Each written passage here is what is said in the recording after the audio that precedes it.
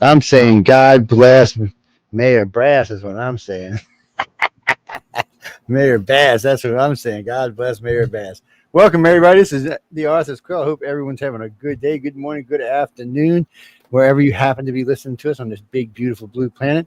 I would recommend if you want to catch us today, if you can't find the radio link, go over to YouTube or Rumble or Facebook. You can catch us on one of those mediums. Or if you have a Roku television, you can watch us on Roku. You can see our big, beautiful faces on Roku. Yes, all these handsome, lovely faces here. You can go check us all out. If not, you can catch us on anybody who has their radio saved. Of course, you can always do that to listen to us. Other than that, you're not going to be able to use the radio think off the website this week because the girls who are remodeling the website are driving me crazy because we're going on 3 weeks and I'm going to drop one of them into the Gulf of America. Yes, I said the Gulf of America. Look at that. Yeah, I actually said it right there. Anyway, welcome to this show, Greg. Welcome to my show, Desmond. John. Oh, John, how you doing today, man? Doing good. We've got. I know you're in the anti-American part of the country. I just wanted to make sure he was okay. It's I was talking to a friend of mine in LA yesterday. He said, "Man, I feel like I'm in anti-America." I said, "What the hell is anti-America?" He said, "You've been to LA, right?" I said, "Yeah. Usually it's pretty nice out there. I'm not sure what's going on." Oh, but it's been a lot of fun. I had a good time yesterday. It's been a lot of fun. A lot of interesting stuff going on around the country. A lot of good celebrations. I've seen quite a few good celebrations with very little anti anything, which was very nice to see. I mean, people were having a good time. The only thing I thought was funny is somebody asked AOC what independence meant, and I'm not going to drag into it on this show, but it was funny. I would advise anybody who needs a good laugh to catch that clip because the only one that was funnier is when she said you could fix the sun at night. That was too that's just too much, man. I can't think stuff like that. But again, Desmond, welcome, Craig, welcome. So we getting in trouble. John's always causing trouble. I'm the innocent one here, in case y'all didn't know this. He's undercover bad is what he is. I'm just warning y'all ahead of time.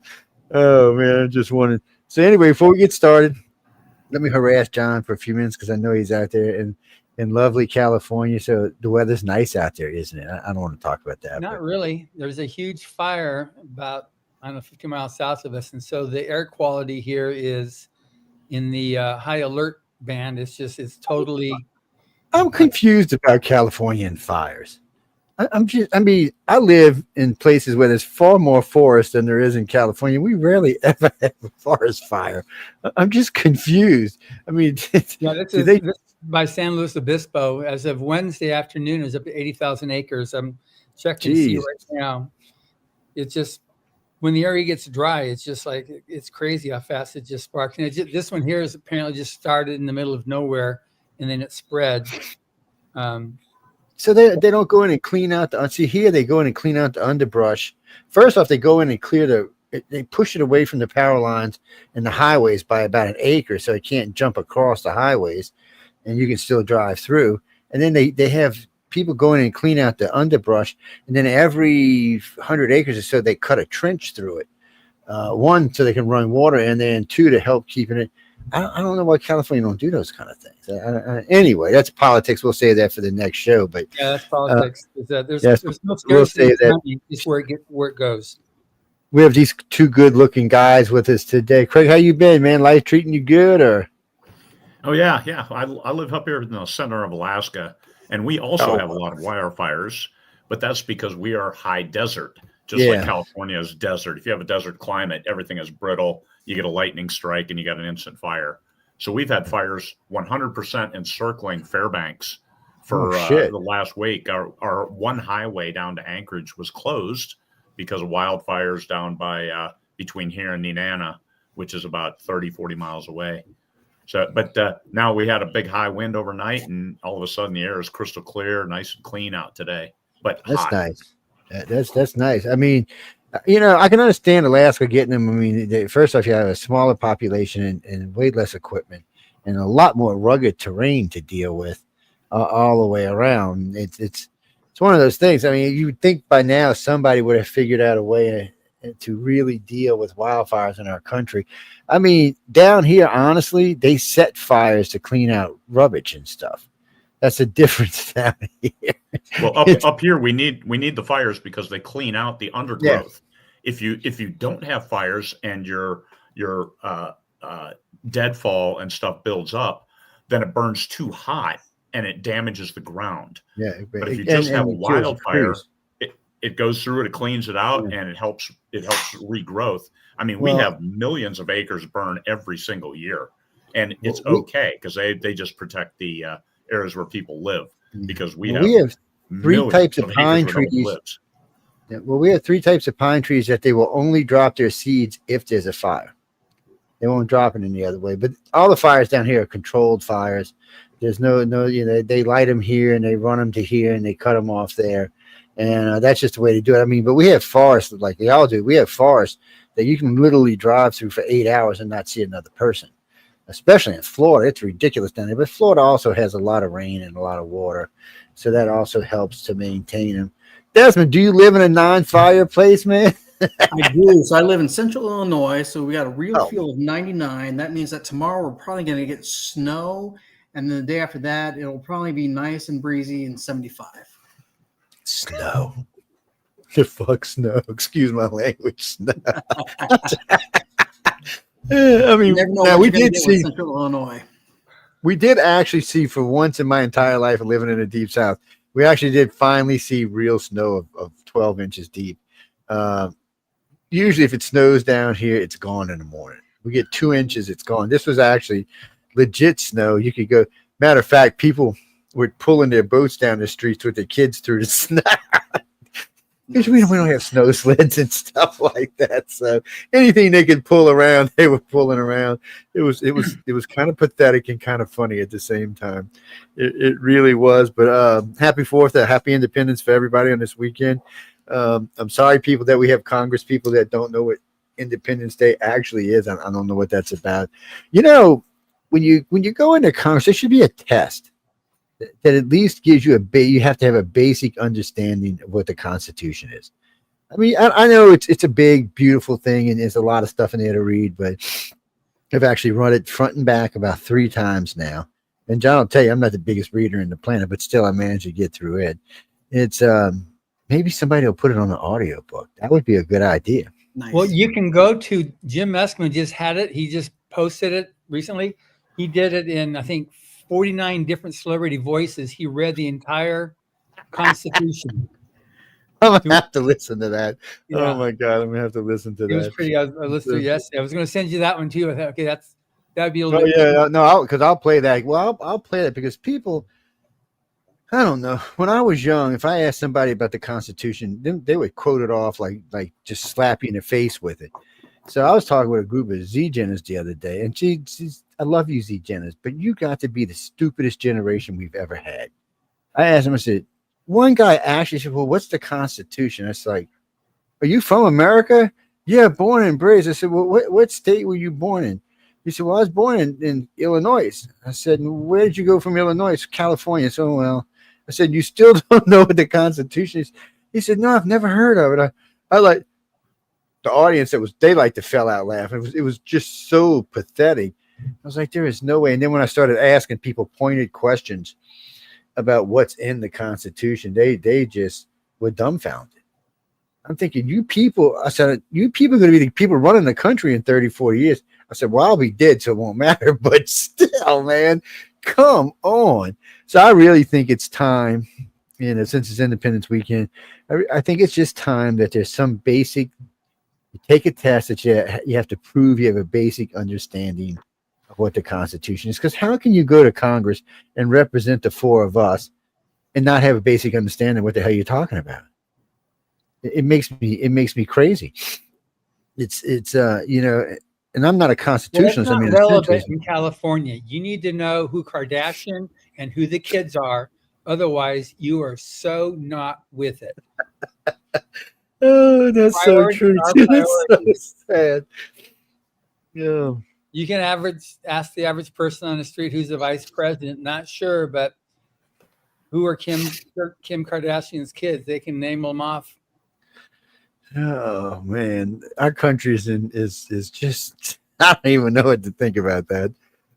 Kerry Reese, yeah, y'all can join us through Facebook or Rumble like that. If you join us there, guys, if you're using my Messenger or if you're using Pal Talk, these guys can't see the comments. But if you're using any of the YouTube pages or Facebook pages or Rumble pages, they can actually see the comments that are posted. Yes. So why don't y'all try that?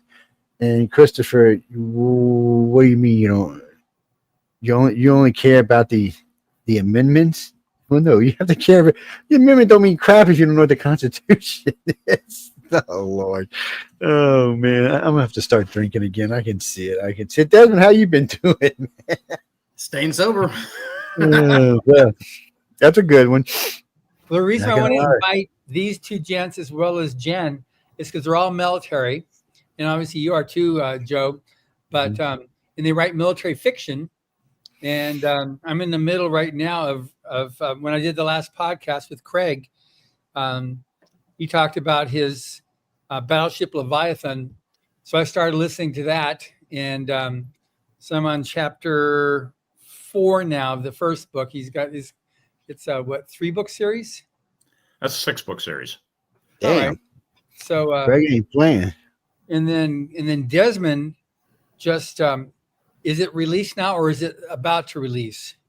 Oh, it's released now. Yes, sir. Epoch 1 is the new and collected sci-fi story. So it's like a series of shorts. Yes, sir. Yep. So that's also the cover of it. There is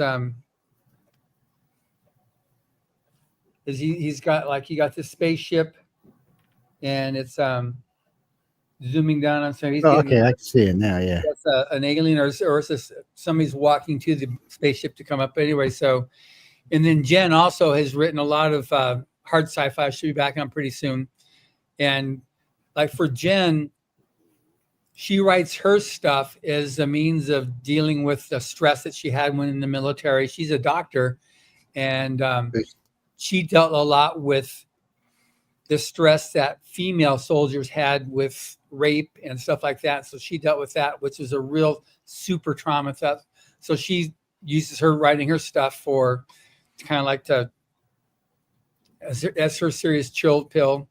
Mm-hmm. Craig, you've gone through all your stuff that you had as a military, and the good, the bad, the ugly. So you write your stuff, and then Desmond. So anyways, I thought it'd be a great show to be able to talk the 4th of July. And obviously, I missed the draft for Vietnam by a month. But thank God you did. You didn't want to go over there. I had a lot of friends. I mean, I was too young, but I had a lot of friends that went, and some of them came back all right. Most of them came back. Let me just, how can I say this politely?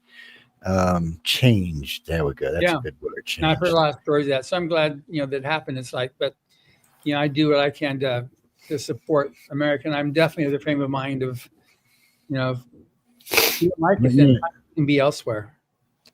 Well, and over the years, I met a lot of special forces. California, where you see people feeling like they're entitled just by being here. It's like that's not my reality. But I mean, this is a show about writing and writers and great science fiction. So, over to you, Craig. What's the solution? What's the solution? I tell you what, as an author, that is a great way to deal with any issues.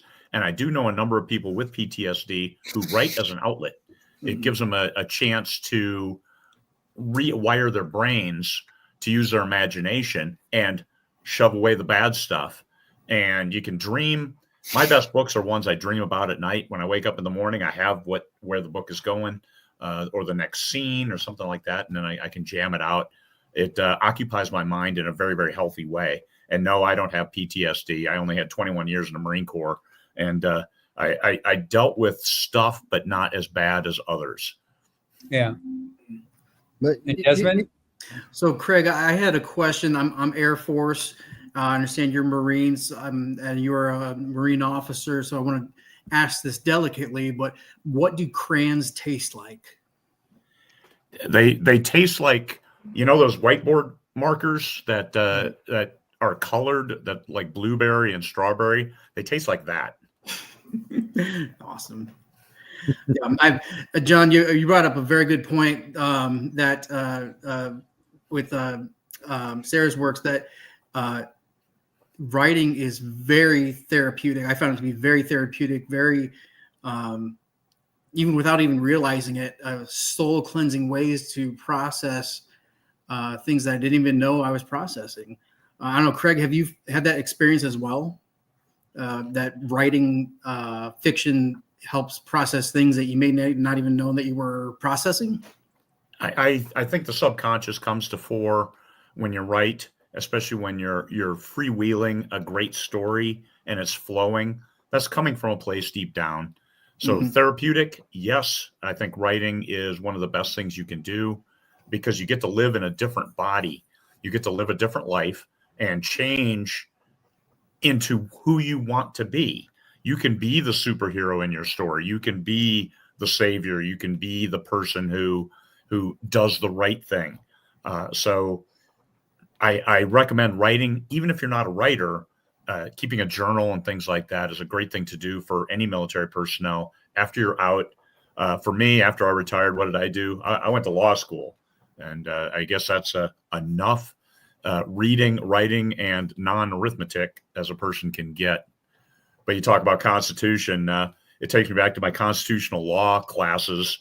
And yes, I have had to read that and comment on it and write papers on it.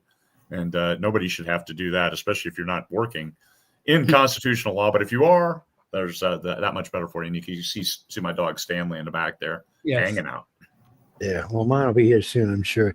When I went to get my lieutenant commander, I actually had to take a test on the Constitution. It was, and the funny part it was never mentioned anywhere in anything.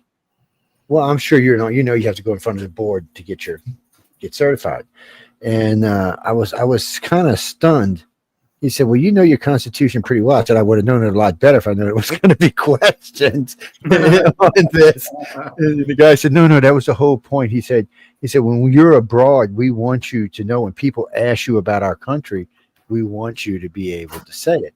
Well, I mean, I was in the Navy, so I was on the Nimitz sometime, and I was also Special Forces, so sometimes I was other places. You know how it is. They put you one place, and you're doing whatever duty. And you know what? We need you over here. They just take you. You rarely get any real warning that you're going to be moved somewhere. It's not really how the service works. I mean, sometimes you get warning. Most of the time I didn't. It was like, okay, well, you're going to be going in about a day. Get your stuff together. We'll see you there. I'm like, wait, excuse me. And then you still don't even know what you're doing until you get there. It's always been fun. But I was what you call screwing in reverse in the Navy. So I went in as an enlisted man, no rank whatsoever, came out of boot camp as an E3, finished tech school as an E4, what they call a rent-a-crow, and then got on the USS Nimitz and screwed up in reverse. I was a shooter. I was the guy launching the planes at them. Then I was promoted to plane captain. And then one day we had my degrees were in advanced avionics and advanced electronics and aircraft recognition. That's actually what I took. My MOS was. So I'm out there one day. We had an A6 intruder come up, and the entire electronics was just screwed. The guy said, we've been trying to fix this for weeks. I went over there and I fixed it in about 7 minutes. So all of a sudden, about a week goes by, I get a call to the command tower. I'm like, oh, shit. What did I do? Because I'm figuring they never call unless the guy unless you're getting kicked off the boat. He said, man, we got this radar that's been just goofing up for a couple of years now. I said, how many people looked at it? He said, every electronics tech on the ships looked at it, plus a few others. So I turned off the radar system because I didn't want to barbecue myself, pull off the side panel, start digging around, and I'm running my fingers down the wire, and I feel a stop. And there's a nick, just a little tiny little nick, just enough so the metal could touch the side of the chamber. And I said, how many people looked at this? And he told me. I said, well, hold on. I went in, I got some stuff, clipped it, put a new piece in. Actually, I said, I just reran the wire. And I said, okay, let's give it a try. Let's bounce and kick it and do all kind of stuff to it. He said, you fixed it, didn't you? He said, yeah. He said, you fixed it in 8 minutes. He said, Joe, you know how many people looked at it? He said, I've had people up here for hours. I said, I don't know what to tell you, dude. It was a nick in the wire. I said, my damn kid could have fixed it. I mean, really, this was ridiculous. So anyway, they send me back down to the deck. I'm doing my job. And then about 2 weeks go by and the captain calls me. I'm like, no enlisted man ever goes in the captain's quarters, ever. That's just a no-no. If you're going up there, you've done something really bad and your ass is going away probably to jail. So I'm thinking, what did I do? I've been just perfectly well behaved. I'm doing my job. I just got to a bunch of. That's the first clue. Yeah, well, I got to a bunch of special forces training. That's why I was on a Nimitz, because I had done some stuff with special forces, and I'd come out of prison in a war camp, and they were giving me a break. That's actually why I was on a Nimitz. So I come up. He goes, my number one is really talking about you, like he really likes you. And he said, you fixed a couple of things really quick for us. He said, I can't put you down in a reactor room as an enlisted man.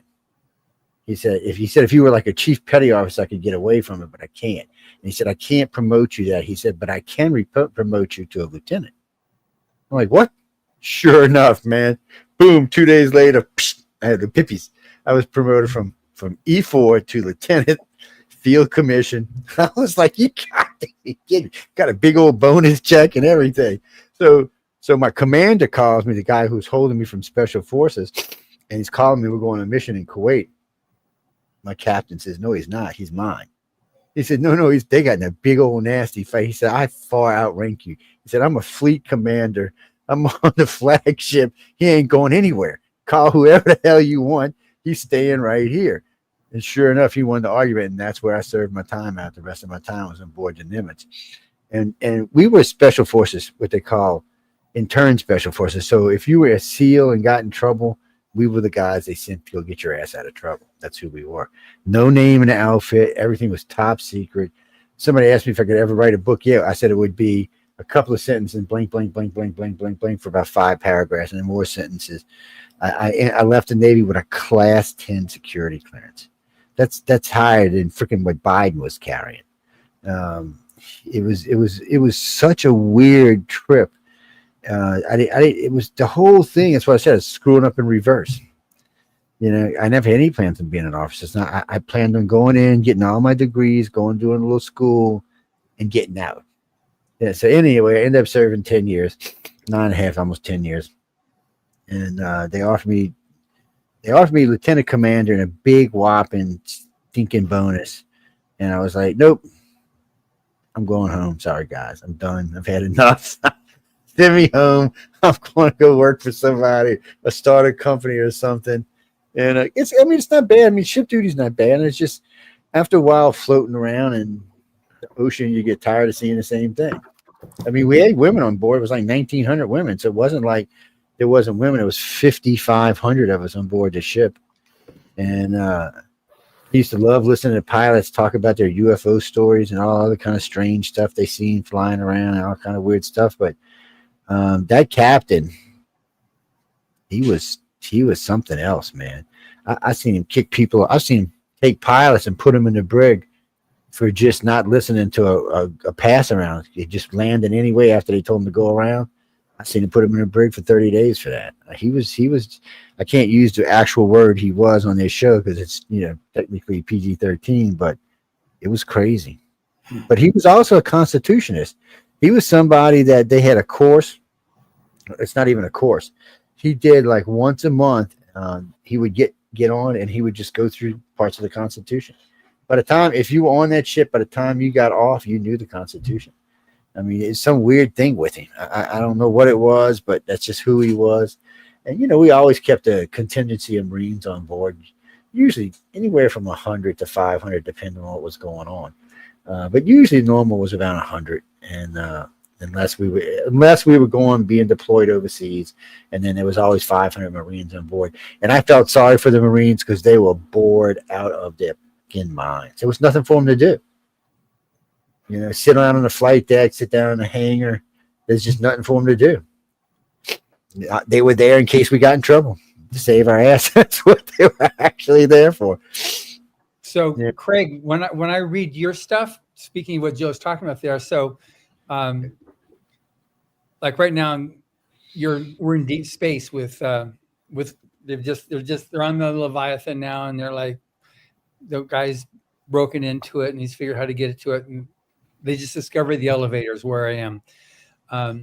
But how much of your own experience in the Marines and as an officer, because you have both the officer perspective and the grunt perspective in this that's going, and then you've got the team there that's going in to do it. They're like the on the ground Marines. Then you've got then the fleet, which is, they have their ship they can go to, and they have their bunks to get into, where these guys sleep on the ground, they sleep in the mud, whatever type thing. How much of your own experience plays into what you're doing? Because I really feel the realism of your story. I put all of my 20 years of experience in there because it's realistic. Anybody who's been in the military, even 4 years, you've got enough experience, enough stories, and enough seeing of how other people act and interact that you can interject that. And I was in all different situations from the ground. I was enlisted. I made staff sergeant before I got my commission, and then I made it up to major. I was promoted to major 2 years below the zone. And so I made Lance Corporal twice. That means top of the heap. I was promoted ahead of my peers, and enlisted. I made Lance Corporal twice, so that means I got an Article 15. I got busted, and it was interesting because I was in California and I was busted for the sole reason of being a heterosexual. So I was in my wife's room on an army barracks where there was no visitation rights. And I thought that was stupid. And the commander did not agree. So anyway, I made Lance Corporal twice, and I still got my commission because at my assessment, the major who was running it, he was appalled that somebody would give somebody an Article 15 for wanting to be with their wife. So that worked in my favor on that board. But as an officer, I did excel as an intelligence officer, as a counterintelligence officer, as a signals intelligence officer, ground and air. I actually had all of the intelligence things just by virtue of being in the right place at the right time. And then I ended my career out of the U.S. Embassy in Moscow because they canvassed the whole Marine Corps and they found one officer of the rank of major, and actually I was just a captain at the time, who spoke Russian at the 3-3 level, which is conversational and understanding. So even after my monitor screamed at me, "You're going back to the fleet, Martelle, you're going back to the fleet," after spending a lot of years in joint commands, no, he actually sent me to Moscow. So wow. I spent the last 10 years of my 21-year career in purple commands on non-Marine Corps bases. And the embassy, what a great experience, because I got to see how the Russians operated, which is completely different. When I was enlisted, I got to work with the Dutch Marines and well as the French soldiers, all different kinds of perspectives, and the armies work differently. So seeing that helps, let's say, adjust my thinking when I write my characters, that they aren't 100% oorah Marine going after it, that they might have different attitudes. And you'll see that with Battleship Leviathan. Major Payne is a nod to the movie Major Payne. I love that guy. I love Damon Wayans as the Major Payne. But my character, a little bit different. However, still you have all of the extremely different personalities. Not everybody is a shooter. Not everybody's a wild man. You've got men and women working together, collaborating to achieve the objective. It's always achieve the objective, and then they have to learn to work with the ship. I think that was, I actually think that's my best series overall for how everything worked together, how the plot extended through 6 books with the various antagonists, and the way the team worked and grew over the time of the 6 books. Yeah, no, I'm really enjoying just the beginning. It's like, and I'm so violating what I normally do because I have so many books to read to keep up with all my podcasts. And I don't have you scheduled because we just did a podcast interview recently. So like, anyway, so I'll have it, and I'm listening to it. So in between cleaning and ironing and doing stuff like that, I'm getting through it that way. And then when I get my next, because I just finished interviewing Nancy Kress, I jammed through her book, which was great, but she's also hard science fiction.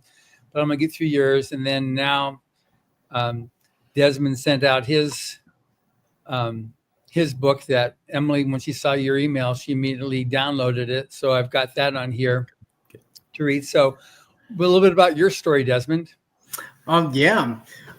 So this Epic One is a compilation of my first generation of stories that I published after winning Writers of the Future. So I won Writers of the Future. He's a grand prize winner. Grand prize winner in volume 38, which was in 2022. After that, the floodgates opened for publishing. So I published another 7 stories after that in the U.S., Australia, the United Kingdom, and then everyone's like, well, where can I read your stories? They're all over the place. So once, as short stories do, the rights revert back to you after a certain amount of time. And once that happened, I collected all those stories back into this anthology, added another 7 never seen before stories, and turned it into this one book, Epic One. It's available on Amazon and a couple other websites, Walmart. It's on this bundle too. That's opening soon. Yep, I believe July 11th. I believe it's including the Arc Manor bundle, which has some of our most talented friends, David Haskins, Kevin J. Anderson. We have Rise of Future 40 in there as well. So yeah, I think it's 17 total. 17 different authors participating in it as a bundle, which is great. Yeah, so listeners, you will see it blasted all over online. And when you do, jump on it. If you love sci-fi stories, this is going to be an awesome chance to get a huge amount of content at a deal price. It usually happens around once a year or so. So Epic One will be included in that, and it does have 2 stories in it that I recall were taken directly from or inspired by military service. So I've been in for almost 21 years now. Still serving. That pays the bill so that I can write on the side, and yeah, one of them in particular that comes to mind was, so I started in what the Air Force calls security forces. That's their version of military police, and I did that for about 8 years, specializing in anti-terrorism before I crossed over into public affairs for the last 12, 13 years. And public affairs, that means that if you see a UFO and report it, I'm the guy that says it was a weather balloon. That's me. So when I did my time in security forces, we would do these patrols at night, walking from building to building, checking to make sure that the doors were locked, of course. And when I worked third shift, it would be so deathly quiet. I would wonder, what would happen if I just disappeared? No one would know for hours and hours where I was. So I turned that into a story about someone, an Air Force security forces officer working, who basically gets stuck in a multi-dimensional snafu, disappears for what is days, but then when he's found is aged by years, and it turns into an unsolved mystery style presentation of what really happened. Another story was taken right from our experiences that we experienced in basic training. When you're in basic training, you're of course put under stress to see how you can handle it, and then both to see how you can handle it and then how to learn how to operate under stress. So I wrote a story about seemingly a person in basic training who seems to be cracking under the stress, but is actually receiving messages from the future. And so a lot of my works are psychological thriller sci-fis. And so yeah, in Epic One, we got at least 2 of those coming right from the military inspiration. Yeah, and it's interesting too, just how what holds the stories together are the people, So because when you get into hard sci-fi or anything like that, when you get into technology, like with yours, Craig, you got futuristic technology that kind of that's cool. That's interesting. So there's nothing to dispute it, at least yet. Nothing, but the people are what makes it memorable. And I remember we talked, it was To the Stars, I think I sent you, and you did a really nice review on it and a presentation at Superstars earlier this year of, it's a book. I don't know if you've read it or not, Desmond. It was written in 1950 by L. Ron Hubbard, and it was the Einstein's theory of relativity and the Lorentz Fitzgerald equation as mass approaches the speed of light, time approaches zero, so the time dilation theory. And it was the first civilian look at that as in terms of a novel explaining that phenomenon and what it was. And it was just so gritty of a story. And you had just amazing things to say about it, Craig.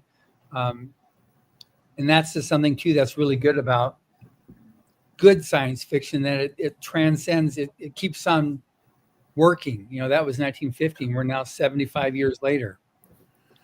Yeah. So anyway, so what book did you read, Desmond, when you were at the at Writer's Feature? So You brought up a very good point. He seemed to have a habit of setting trends and setting what we now understand as tropes and archetypes of storytelling. As soon as you mentioned that, how he took relativity and applied a storyteller's eye to it, immediately what came to mind was fear. How no one had told a thriller story, a psychological thriller story like Fear until he wrote it. Yeah.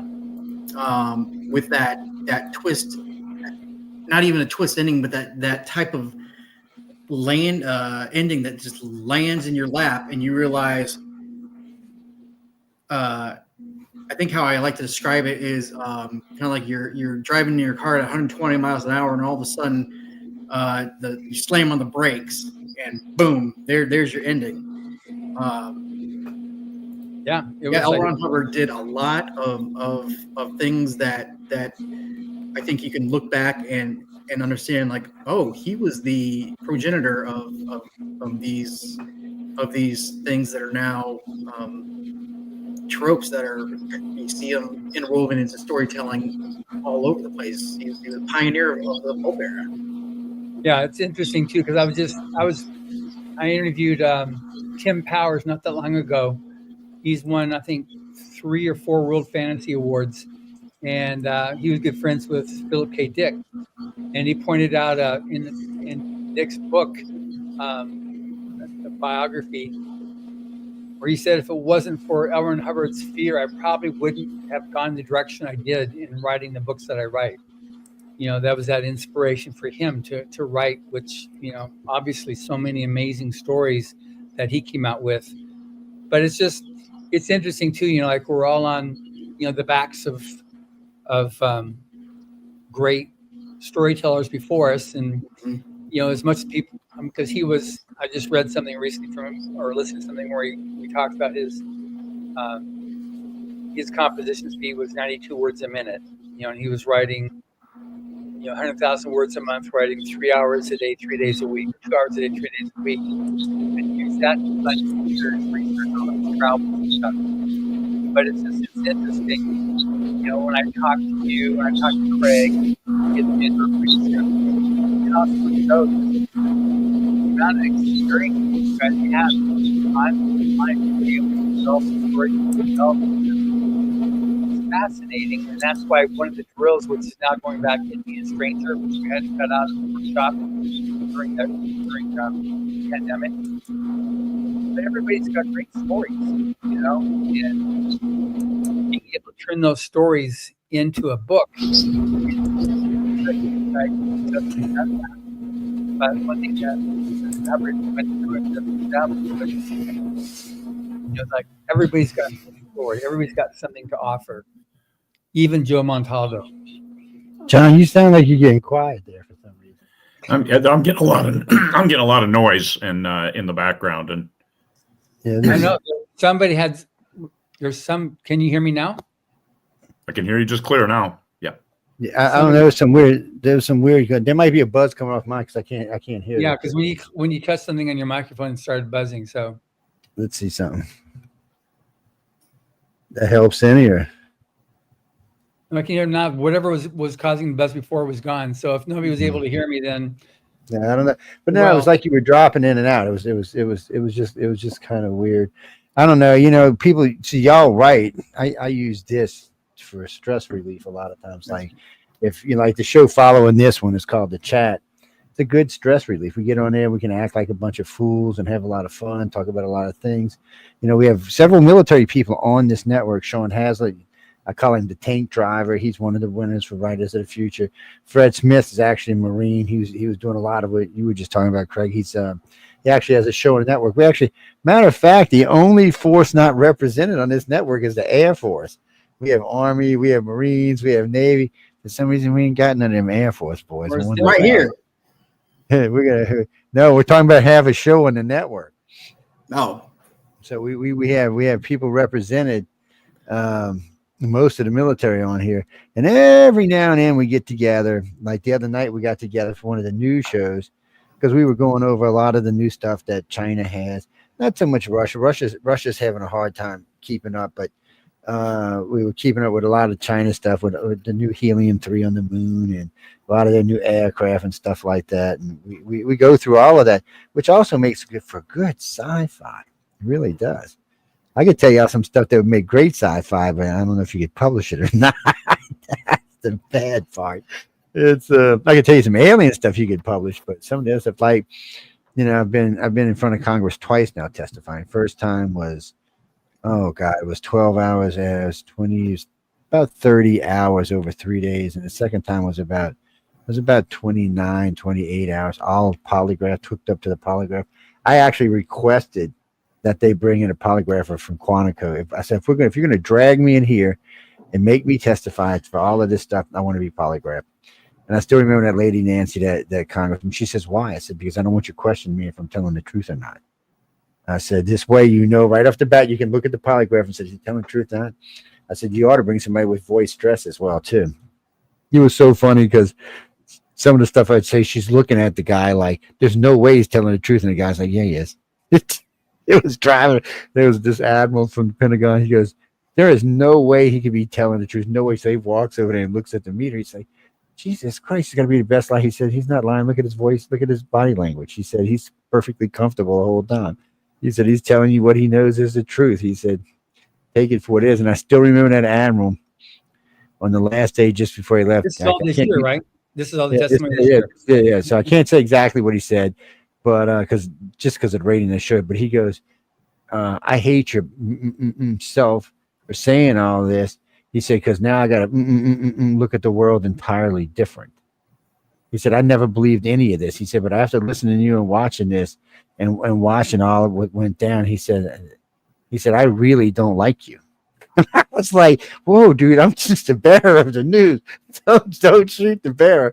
And then when I was leaving, he hands me this badge. He said, "I want to thank you for doing this." He said, "But really," he said, "I've been in the service." He said, "I've been in service now." He said, "You see how many stars I have?" He said, "I've been here for 35 years. He said, "I've never heard any of this."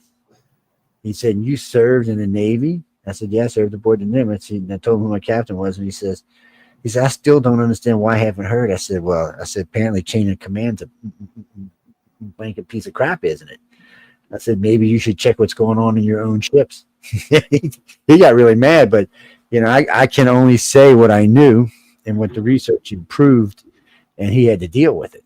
And I do notice, and then he couldn't figure out how come my security clearance was higher than his. He was like, he said, "What were you doing that it was so much higher than mine?" I said, "Well, I worked in the conning tower aboard the USS Nimitz, and I worked in the reactor room."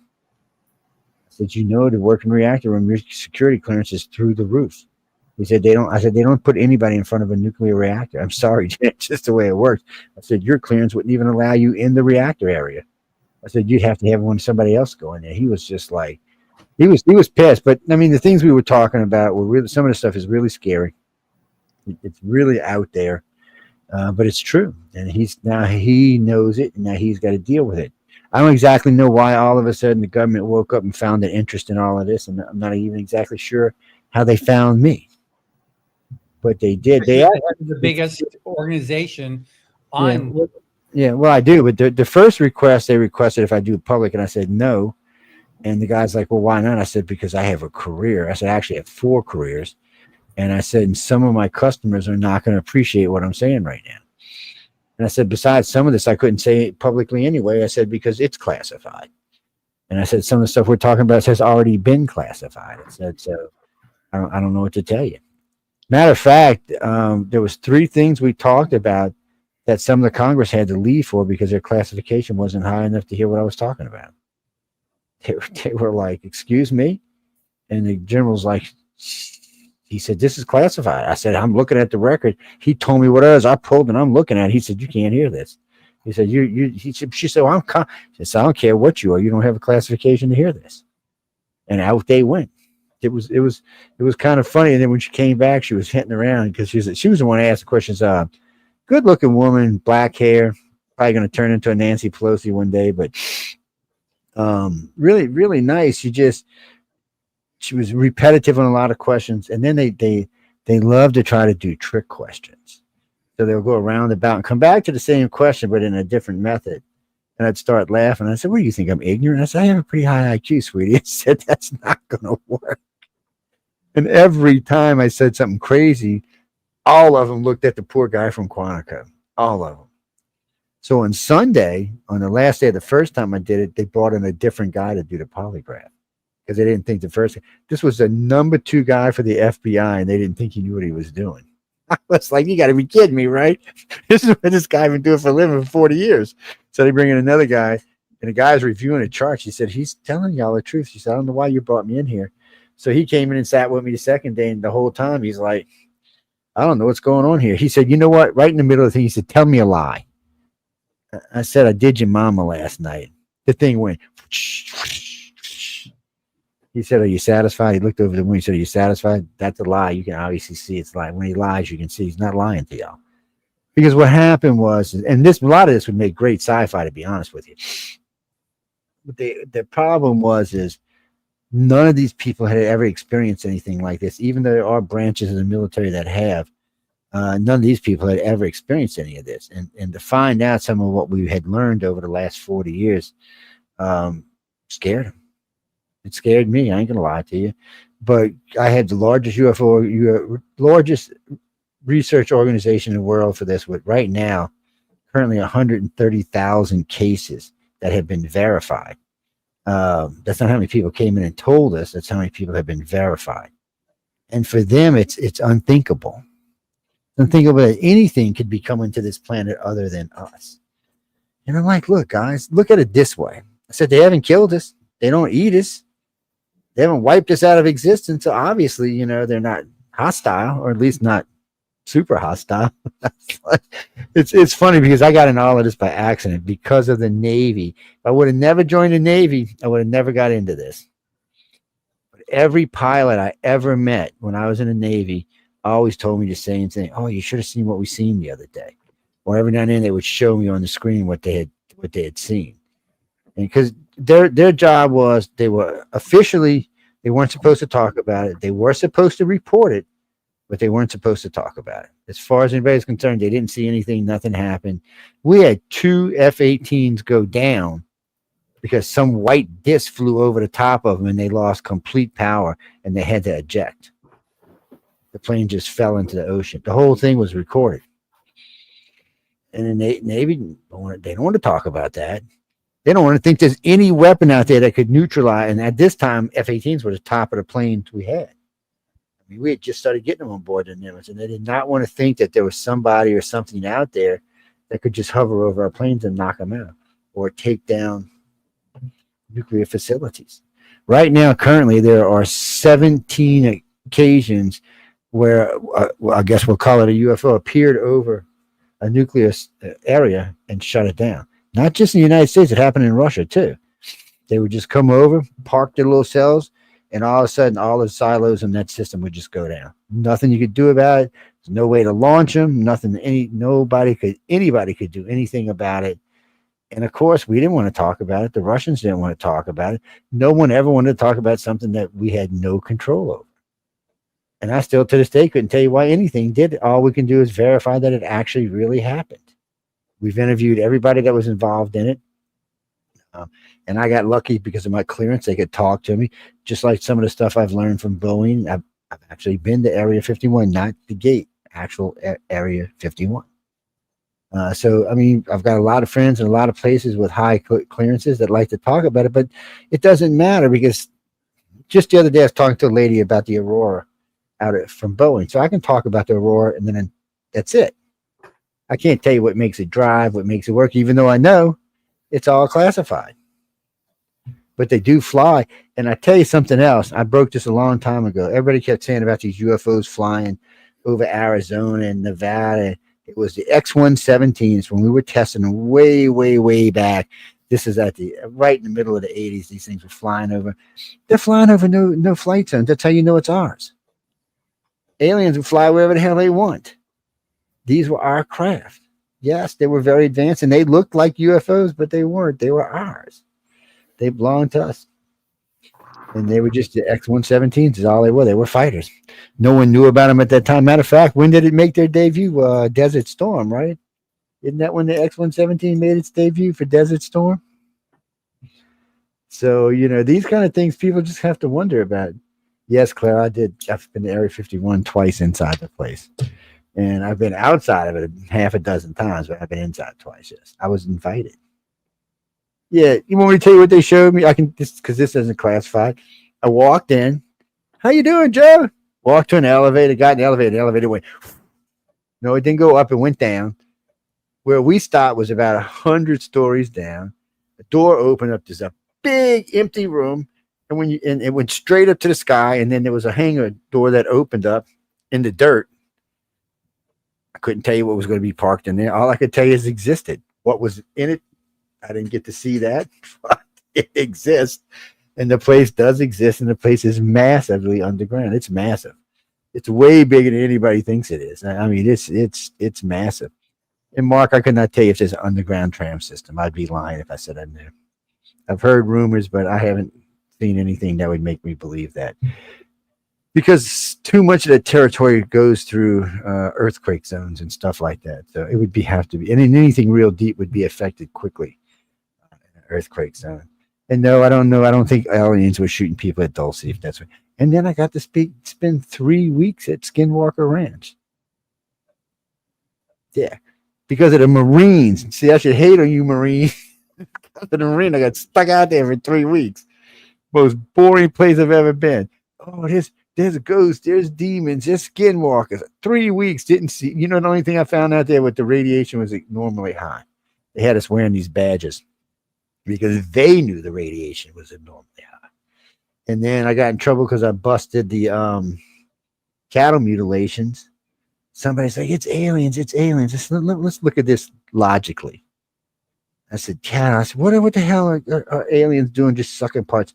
So come to find out, it's one of the nice things about being a researcher, is all the pieces of the cow that were taken out, including the blood, is where radiation would show up fastest and intensely. Well, come to find out, everywhere these cattle mutilations went on, it was downwind of a testing area. You know, where we were testing bombs underground or on top of the ground, every one of them. And more importantly, and this is how you know this had nothing to do with aliens, the cows were insured. And the bodies, in order for them to collect, they had to have the bodies. So I would have thought if an alien took it, they would have just took it, destroyed it, and dropped it off somewhere. But whoever was doing this came down, sucked the blood out, used a vacuum pump, sucked the blood out, took the body parts out, and left the cow behind. And they left the cow behind. Why? So the farmer could collect the money off his insurance. Tell me, does that sound like aliens to you? That sounds like our government doing illegal testing for radiation because they knew there was contaminated areas and they didn't want to tell us. So what did? They went testing in a way that they could blame it on extraterrestrials. That was slick on their part. I got to give them credit, but I busted their asses for it. And since then, a couple of people have actually come forward from the government and admitted that they were doing it. So weird stuff like that I get into. It's fun. Craig's going, God, this guy is crazy. Getting back to these two gentlemen here. Yes. Oh, speaking of that, go ahead. While you're doing that, I got to call somebody. Anyway, so Craig, now you started an organization for science fiction fantasy authors. So tell us about that, because that's something that Desmond should be part of. But anybody else listening who's a science fiction fantasy author should listen to this, because it's a really cool I joined it recently. But talk about that, please. I did. I started the International Association of Sci-Fi and Fantasy Authors.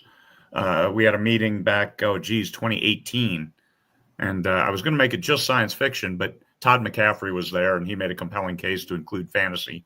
So we did, and we worked basically on promotions, because a lot of professional organizations don't spend a whole lot of time teaching authors how to sell books. So we spent a lot of time with that, like growing our list. That's exclusive to IASFA members. You run a promotion during set periods with set themes, And because I think this month is urban fantasy. So urban fantasy authors will put a book up for free, 99 cents, $1.99, $2.99. And we'll do a big promotion at the end of the month for 5 days. They join. We do other things, talk about sales strategies, marketing, and like in-person sales, and those other things that professional authors don't get a whole lot of. They may get spend a lot of time on craft, which I encourage, because you can't sell a bad book. You may, but you're never going to sell a second book. So writing a good book is critical for long-term viability as an author. Yeah. So you write that good book in a great way, or just write a great book, and then you have to put it in the right reader's hands. And what does that look like? So that's what I spent a lot of time on with the IASFA, helping people understand what that looks like to get your book into the right people's hands. That's isfa.com? .org. IASFA.org. Good. It's real simple to navigate and to find how to sign up. And Craig, you need to send that to my email, and I'll put it out on the next big show we do, because we have a lot of big sci-fi. We have a lot of sci-fi, a lot of fantasy on the network. Because even though we do a lot of hardcore political stuff, we do half the network is UFOs and paranormal and sci-fi and fantasy. So I'm sure they would thoroughly enjoy it. And I'm just a sci-fi geek at heart. So I did have to comment on one thing. You were talking about shutting down nuclear facilities in Russia. I'll tell you, having worked with them, because 2 years I was the Arms Control Implementation Unit Operations Officer. So I worked arms control treaties and dealt with ICBMs and the treaty issues. And I'll tell you that reality says even the Russians couldn't get their stuff to work if they needed to. So shutting it down actually might have been just very simple things. It might have been. Well, you're right about that. I got a good friend who's he works for Prava. He actually works for both of the papers over there, because I do regular interviews. And usually they have me doing political stuff. Occasionally they'll ask me to come in and talk about alien stuff, but usually it's political stuff. But I was asked, and I shouldn't even say this, but I was asked by our government not to do any more interviews over there. This was just recent. This was in the last 5 months, because he gets hold to me every once in a while, because it's a real popular interview over there. It's an American talking politics, an American talking aliens, and it does really well over there. But the last time we got into the election and Donald Trump and some other stuff, and I didn't say anything bad about anybody, because and I got a letter basically saying please don't do that. I mean, it was an official letter. He even had my markings for my clearance on it. And because I'm sure you know this, but in case you don't know this, ladies and gentlemen, if you have a top secret clearance, usually if it's above like a 4 or something, top secret or something like that, usually the FBI does a background check on you every 4 years for life. Because clearances are given for life. They're not given for just, unless you're a civilian, they're not given for a couple of days. They're given for life. And the way I found out was a long time ago doing Katrina. I was working for an FBI agent, remodeling his house, a forensic agent. And he went and did a background check on me through the FBI just to see who I was. When he comes back, he calls me up and he goes, "Joe, who the hell are you? They do a background check on you every 4 years." I said, "I'm not the only one they do a background check on, my friend." I said, "I'm actually quite a boring person. It's just a really good clearance." Jen, welcome down there. I know, Craig, I'm sure you're familiar with it. So anyway, welcome, Jen. So I met Jen in, I guess, February at Superstars. She was an author there, and I know that Kevin Anderson and co was all excited that she was actually going to be there. But just for those who don't know, she's a world-traveling sci-fi author who's ridden a motorcycle in a monsoon, swum with sharks, crawled under barbed wire in the mud, and hiked everywhere from hidden coral deserts and island mountains to steaming underground urban tunnels littered with poetry. Okay, good. And she writes great hard sci-fi, deep space stuff. And anyway, welcome, Jen. It's so great to see you again. Hi there. It's great to be here. Can you hear me okay? You're kind of No sound like fuzzy there from him. my grandmother did it. Can you hear me better there? What's that? She's.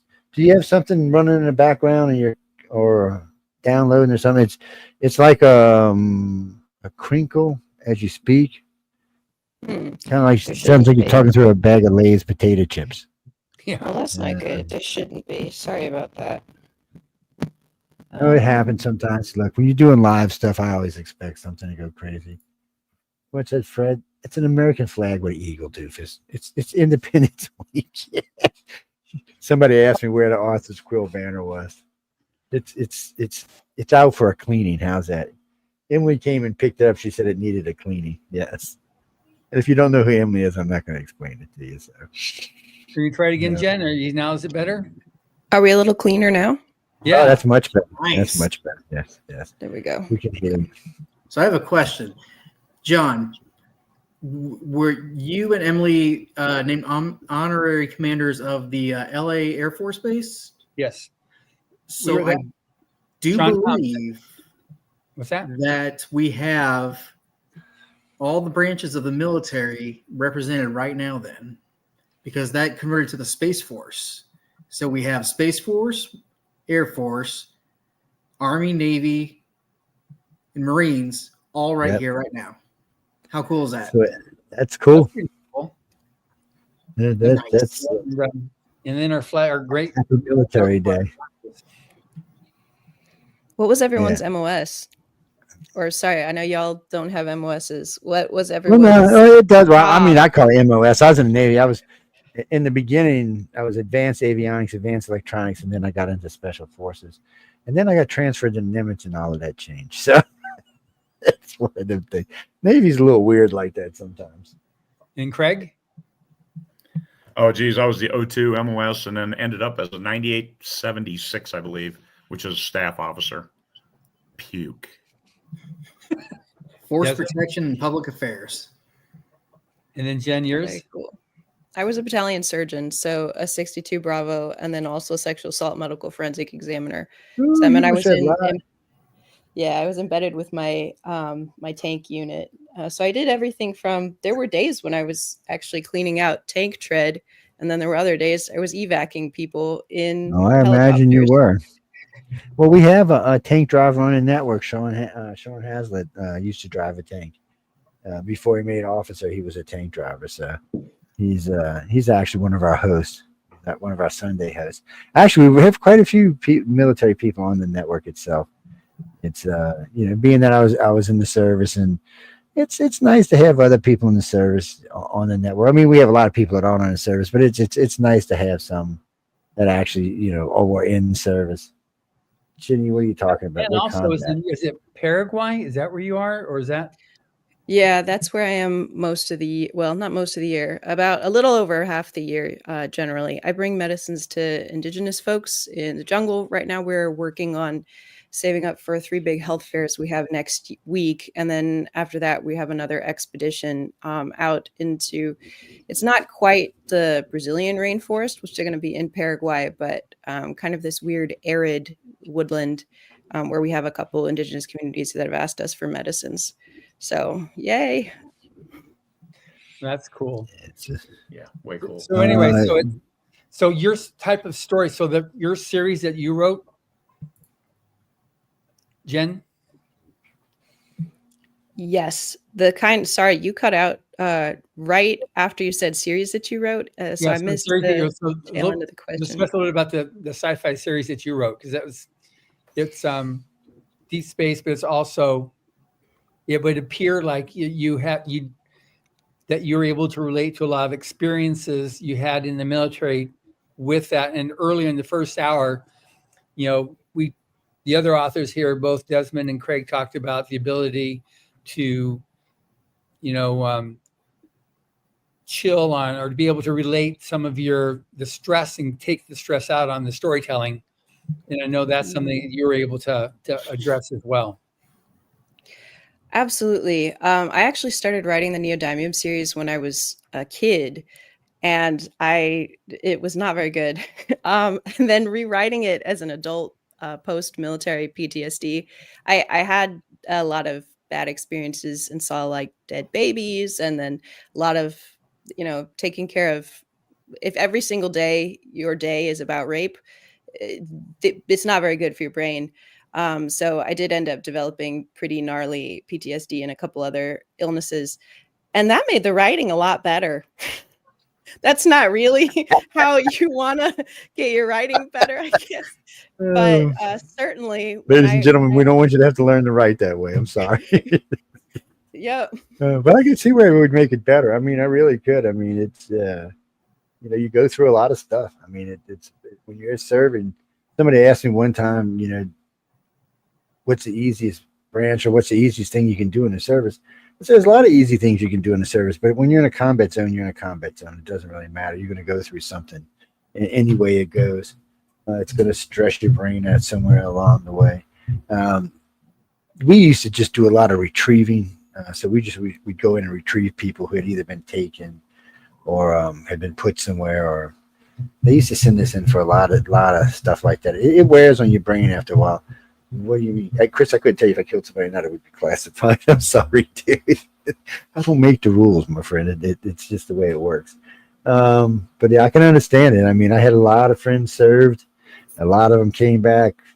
Well, I had friends from Vietnam all the way up through the recent wars. And for some reason, the ones that were in Desert Storm didn't seem to be as bad. I guess maybe because the war was so fast, it was so quick. Maybe that's what it was, and the enemy was. But after that, when we went into the second part of it, with it seemed to be when we got back fully back in Iraq and Afghanistan, it just seemed to be a lot of them came back just. I don't want to say messed up because I don't want to be mean to them, but really, truly, they had a hard time readjusting to everyday life. And I'm not going to lie to you, when I got out, it took me a little while to be just a civilian again. I know the Navy used to have a course. I don't know if they still do it, where you could spend 3 months going through a course to try to bring you back, to take your mind out of being military. But it didn't really work, but it worked for some people. It didn't for me. It took me a little while to readjust that. I had to watch myself. Just for an example, we were in the kitchen cooking, just a normal every day. My friend was there with some of his friends, and his friend Jason's about 6'2". He's a big old boy. He came up behind me, just grabbed me before I realized that I had slid him up the cabinets and had him by the throat, and it just clicked. I was like, Jesus, let the boy go. I mean, I didn't just. It was just. I didn't even think about it. There was a. And everybody in the kitchen was like, Jesus, Josh, like, dude, I'm apologizing to this 16-year-old kid. And they thought it was kind of funny in the long run because they were like, oh, look at Dad, so badass. But they don't realize, he didn't realize how close he came to getting hurt.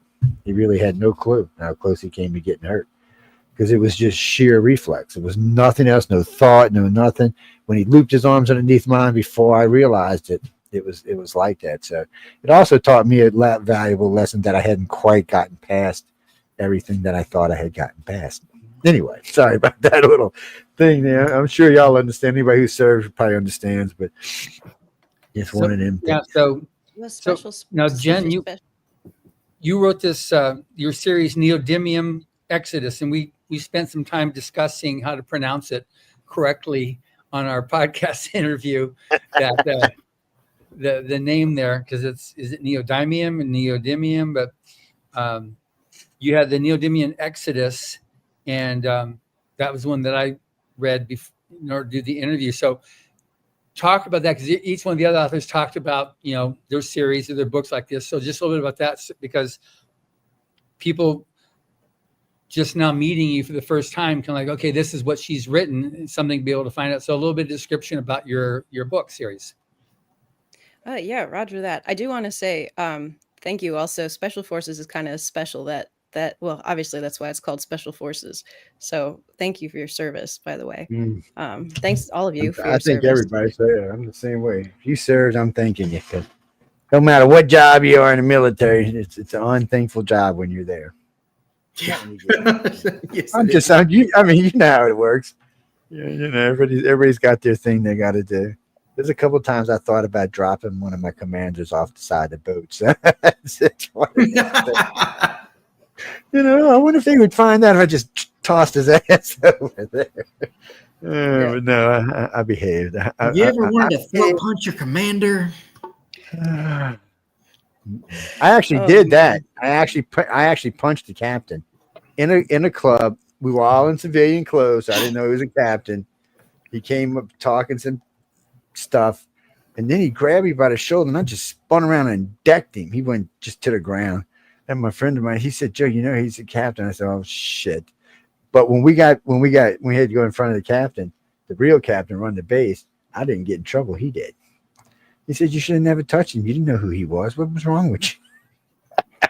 I did. I messed him up to the whole side of his face. It was.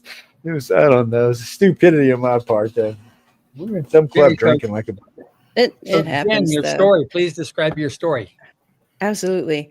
So, and actually, we include a lot of kind of military dynamics like that in the Neodymium series, but kind of from the point of view of the young folks. Like the really young folks, because I used to train medics, and the youngest age right now that you are generally would come to me would be 17, but that's pretty rare. So usually 19 and up. And the Neodymium series follows primarily two young kids, really that age, roughly, but both of whom grew up in combat zones based on research, not just research, but personal experience from friends of mine who grew up in like refugee zones. So there's that kind of dark undercurrent of things that I know from the military or that I knew from my soldiers, and things that are, folks like friends of mine who grew up in refugee zones had to kind of go through. So there's that undercurrent, but then there's also the fun and vibrant, like, purple jungles and electromagnetic forces and, vibrant insectoids, and what's culture like if you are a space lemur versus it's nice to have other things in life than just the dark kind of gritty undercurrent, but both of them are very much very thoroughly reflected in the series. And basically there's this overwhelming military force that wants to unify the galaxy by force. They want to take their plan originally is pretty noble. They want to take the best of every culture and every people group and unify everybody over what they've picked as the best stuff. But then they're not really into dissent. And so if you happen to have a different belief system, or, like if you're a vibrant insectoid that doesn't believe in zoning laws because that's not your culture, or you are, a human who happens to talk to invisible people, which they think is crazy. So they would be pretty opposed to any and all religious folks.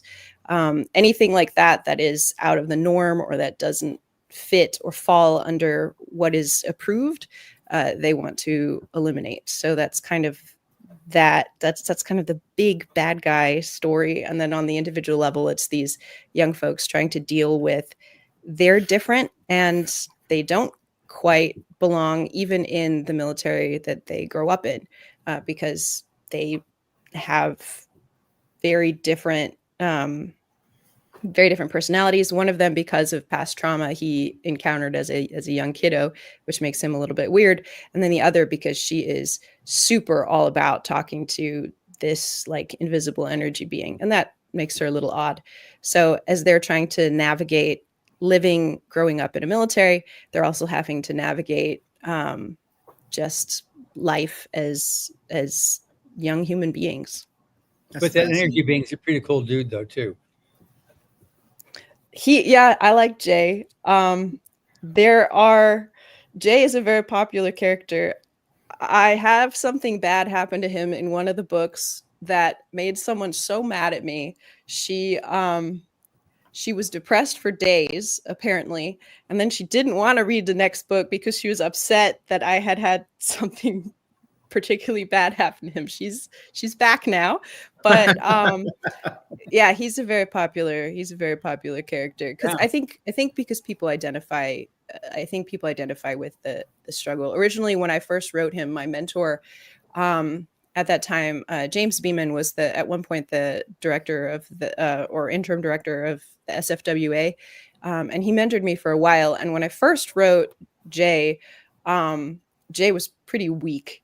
So there was a lot of work that was done to fix that. And he is pretty cool now. And one thing that really, really changed was I just channeled into him the feelings that I had after getting in trouble in the military and not being able to help the people that I wanted to help. So there's a scene in the second book where he is just like screaming out to the heavens that, you know, like, why couldn't I save these people? And that scene was definitely a lot more powerful as a, you know, post-military folk person than it, you know, ever would have been before that. And so I think people identify with him because we all kind of have a little bit of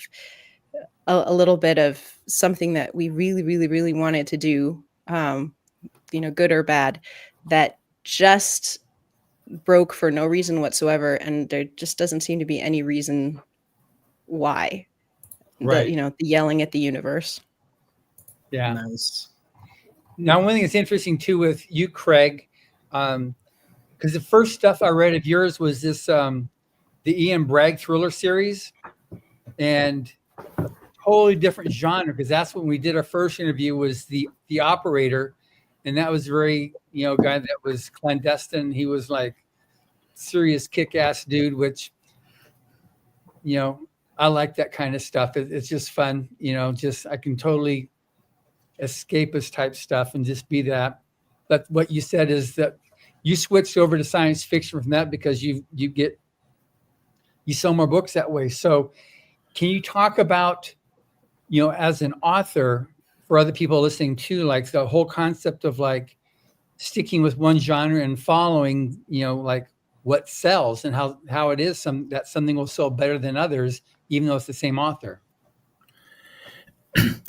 You have to write what you like, because obviously you've got to reread it and then write more of it if it does resonate with the audience and is popular. So I started the Ian Bragg series because I thought that was going to resonate. Vigilante justice was a huge trope and huge genre that was underserved. I subscribe to K-Lytics, which does analysis on the books, and I write enough books that I write generally at least one book a month, so I can explore other genres without too much impact to my overall portfolio, shall we say. And Vigilante, I'm like, cool, I want to write this. And I started writing it. It resonated okay. It wasn't thrillery enough for the true thriller readers. However, for action adventure and for men's fiction and even women's fiction, it did work. So I just have to market it a little differently and then putting it in the right reader's hands. It has resonated pretty well. I think that first book has, I don't know, 1,300 reviews or something.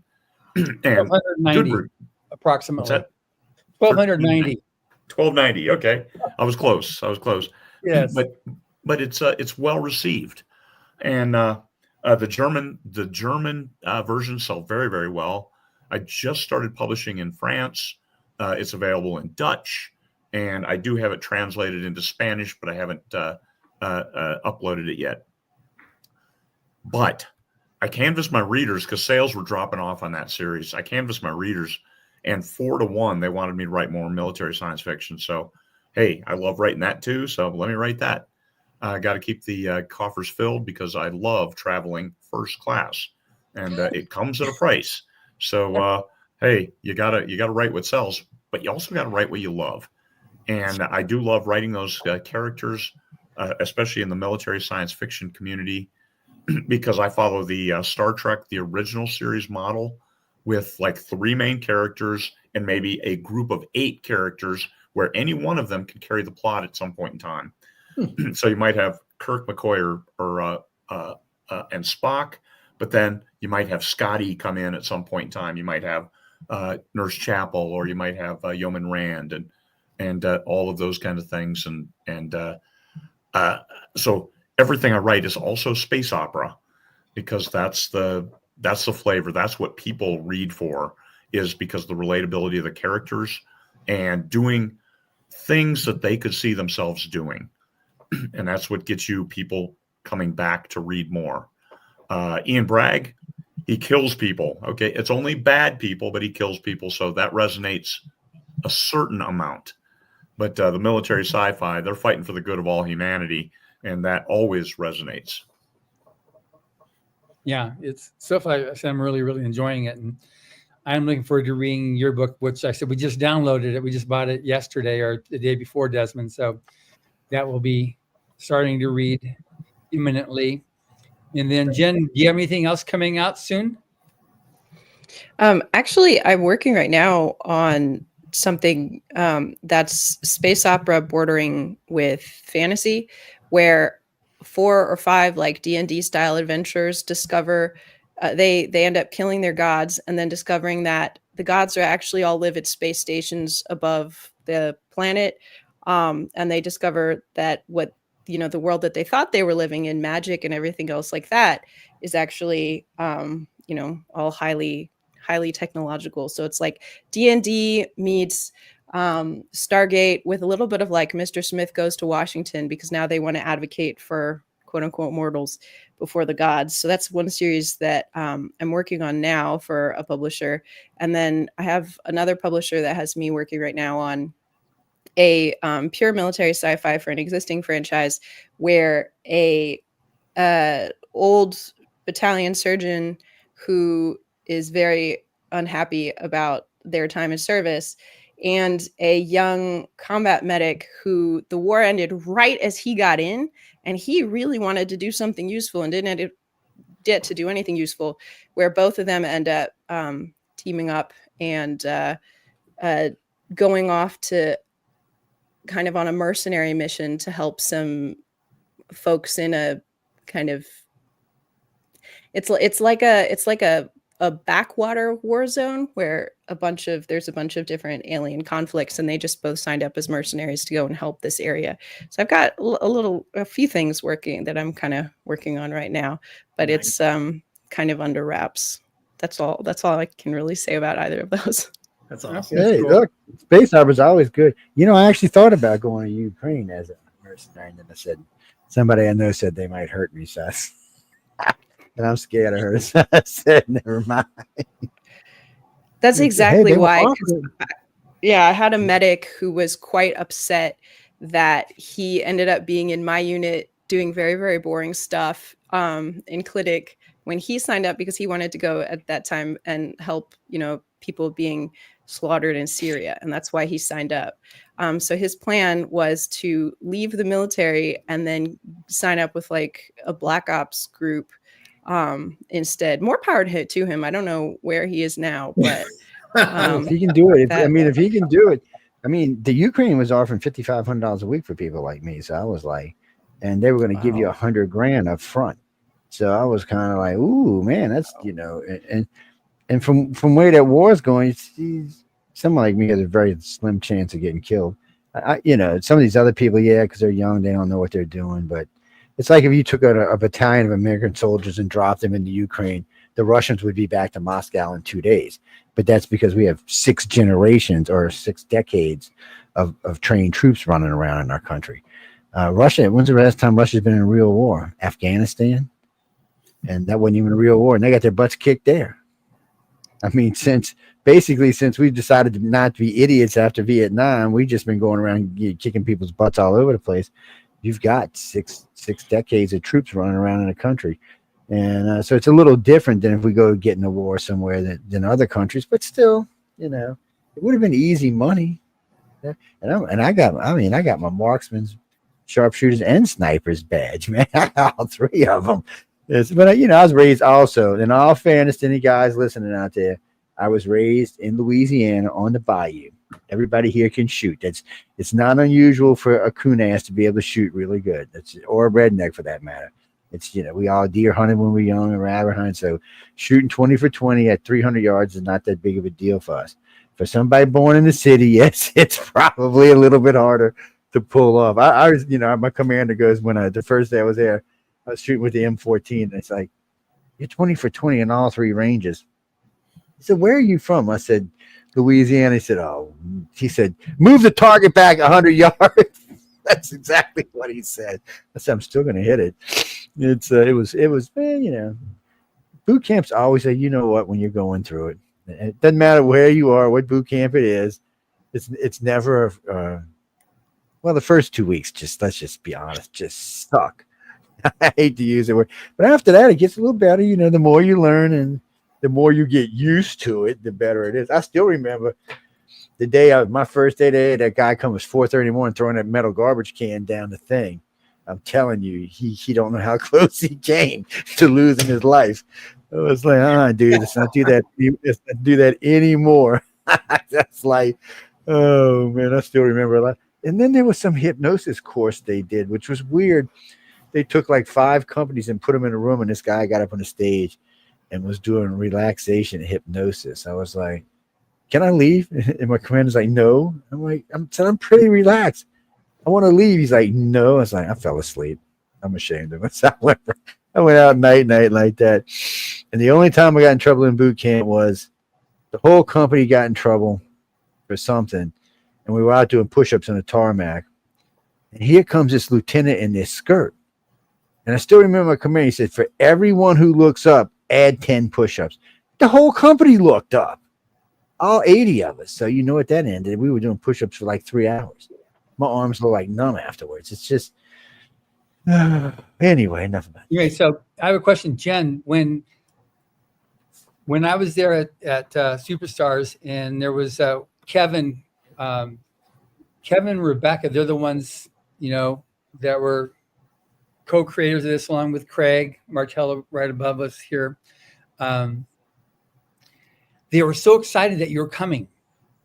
Why were they so excited? I never got that. Like, they were like kids in a candy store coming, like, Jen's coming to the conference. Why were they so excited? You know, I mean, obviously you're a total sweetheart, and I loved meeting you and talking with you.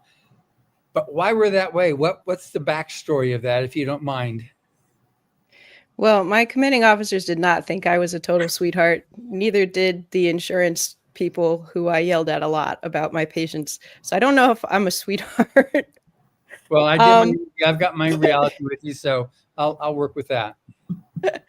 But I don't know. I was very fortunate to get picked out of the slush pile by Kevin Anderson, and probably I wonder sometimes if it's because some of the way I write is because I used to read, like, Star Wars books was most of the science fiction I read when I was younger, because I couldn't access science fiction as much because my parents weren't into that. So, and it's not like I had the money as a kid to get books myself. My parents didn't believe in an allowance either. So I think actually maybe he was picking out stuff that he liked that actually came from him. I don't know. So, you know, but Craig, you know it all, Craig, because you're one of the. Do you know why it is that she's everybody was yipping and cheering and stuff when the news spread that Jen was coming? Hey, that's what happens when you're a good writer. But do you know, Craig? Just expanding the boundaries of the conference of the Superstars Writing Seminar, providing different perspectives. And I think Kevin has a soft spot for military folks. That's a good thing. I got to be honest. I have never met, and don't take this the wrong way, Jen. I have never met any of the people who worked in the field, who were surgeons or nurses or anything for that matter, that I would honestly say was a sweetheart. It's not something you're allowed to be, because you have to make hard decisions. I mean, you can be a sweetheart later on in life, but in that case, there's some serious decisions have to be made. And frankly, I wouldn't want to be in your shoes. I wouldn't have to choose who was getting and who wasn't. I've seen that up close and personal a couple of times. It's not a job I want. I'll go out there and shoot people for you, but I don't want to be the one who decides who's getting taken care of first. That's just not my job. So big thumbs up for that. Just the fact that you were out there doing it. Well, at the risk of stolen, I want to be careful, like, stolen valor wise. So I was not a FST or forward field surgeon. I was embedded with my unit wherever they went, but my little cab unit was not. The doctors that you were seeing with special forces, and then that you were seeing on the ground in Iraq, were definitely a few steps above, well, not a few, probably leagues above what I what I did. Generally, what I did was a lot of the tragedies and sad things that I saw were things that could have been prevented because they were things either caused by our own people or either they were caused by our own people or they were caused by negligence or because it was our own people who were assaulting our own people. So there was a lot of that, unfortunately.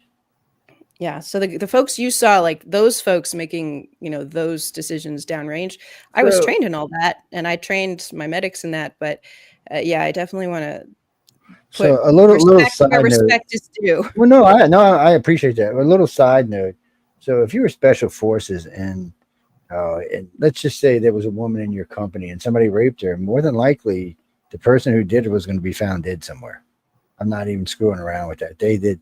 It was something that particular groups, because it happens too often in the military. It's just too much stuff that could be handled that just isn't. And there's too many times that I watch stuff get buried or pushed away or pushed to the side, all because someone didn't want to take the time to do the right thing. So a lot of times you'll find companies will take it upon themselves, unfortunately. And then, of course, somebody else ends up in jail that shouldn't be in jail because they were taking care of somebody who should have been in jail. It's anyway. And in case y'all didn't know, people, we fall under two laws. We're not like the rest of y'all. We have to fall under UCMNJ and regular law. So we can find ourselves going to jail twice. Yeah, just in case y'all didn't know that. Yeah, you go kill somebody, do something stupid in public. Yeah, they're going to put you in jail. And guess what? When you get out, you're AWOL. Well, guess what just happened? You're going. Anyway, it's not really a funny thing. I shouldn't be laughing. It should be enough to keep military people from doing the wrong thing, but you know what? It's not. Unfortunately, some people just can't help themselves, and there's no excuse for it. There's no excuse for why it gets pushed away on the sides. Will it get better? I don't know. There's a new military now, so I don't know how it's going to be handled in this new military.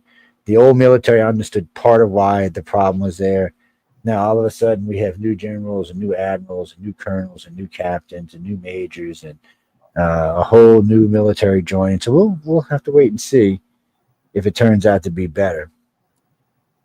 But anyway, that's just sad stuff. So, but one thing here, why I was really excited about putting all three of you on the show here is because there are a lot of people. Military sci-fi is a huge genre. It's a very popular genre.